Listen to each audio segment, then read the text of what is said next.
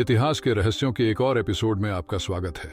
आज हम अतीत के सबसे उलझे हुए चिकित्सा रहस्यों में से एक को समझने का प्रयास करेंगे, स्वेटिंग सिकनेस। इस खौफनाक बीमारी ने 15वीं और 16वीं सदी के अंत में इंग्लैंड और यूरोप के कुछ हिस्सों में कहर बरपाया और फिर अचानक गायब हो गई। हमारी कहानी 1485 में शुरू होती है, जो इंग्लैंड के इतिहास में एक महत्वपूर्ण वर्ष है।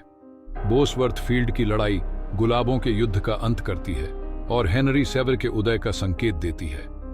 यह बीमारी अचानक शुरुआत और उच्च मृत्यु दर के लिए कुख्यात थी। पीड़ित बिना किसी चेतावनी के बीमार पड़ जाते थे।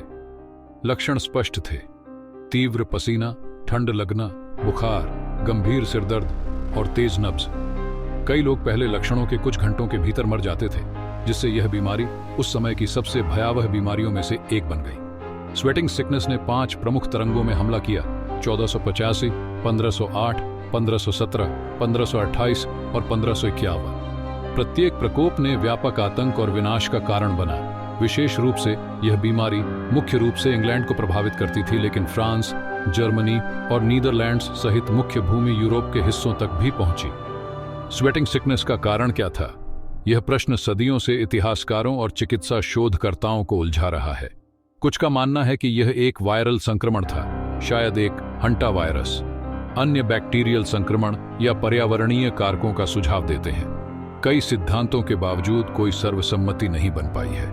1551 के अंतिम प्रकोप के बाद स्वेटिंग सिकनेस उतनी ही रहस्यमय तरीके से गायब हो गई जितनी रहस्यमय तरीके से आई थी। इसके बाद कोई और मामला दर्ज नहीं किया गया, जिससे हमारे पास केवल ऐतिहासिक खाते और अनुत्तरित प्रश्न रह गए। स्वेटिंग सिकनेस की विरासत चिकित्सा इतिहास के अभिलेखों में जीवित है। यह हमें जीवन की नाजुकता और नए अज्ञात रोगों के उभरने की हमेशा संभावित संभावना की याद दिलाती है। जैसे जैसे हम अतीत का अध्ययन करते रहते हैं, हमें उम्मीद है कि इस मध्यकालीन रहस्य के रहस्यों को उजागर करेंगे। हमारे साथ इस यात्रा पर आने के लिए धन्यवाद। अगर आपको यह वीडियो पसंद आया तो कृपया इसे लाइक करें और हमारे चैनल को सब्सक्राइब करें, ताकि आप इतिहास की और भी दिलचस्प कहानियों से जुड़े रहें। तब तक जिज्ञासु बने रहें।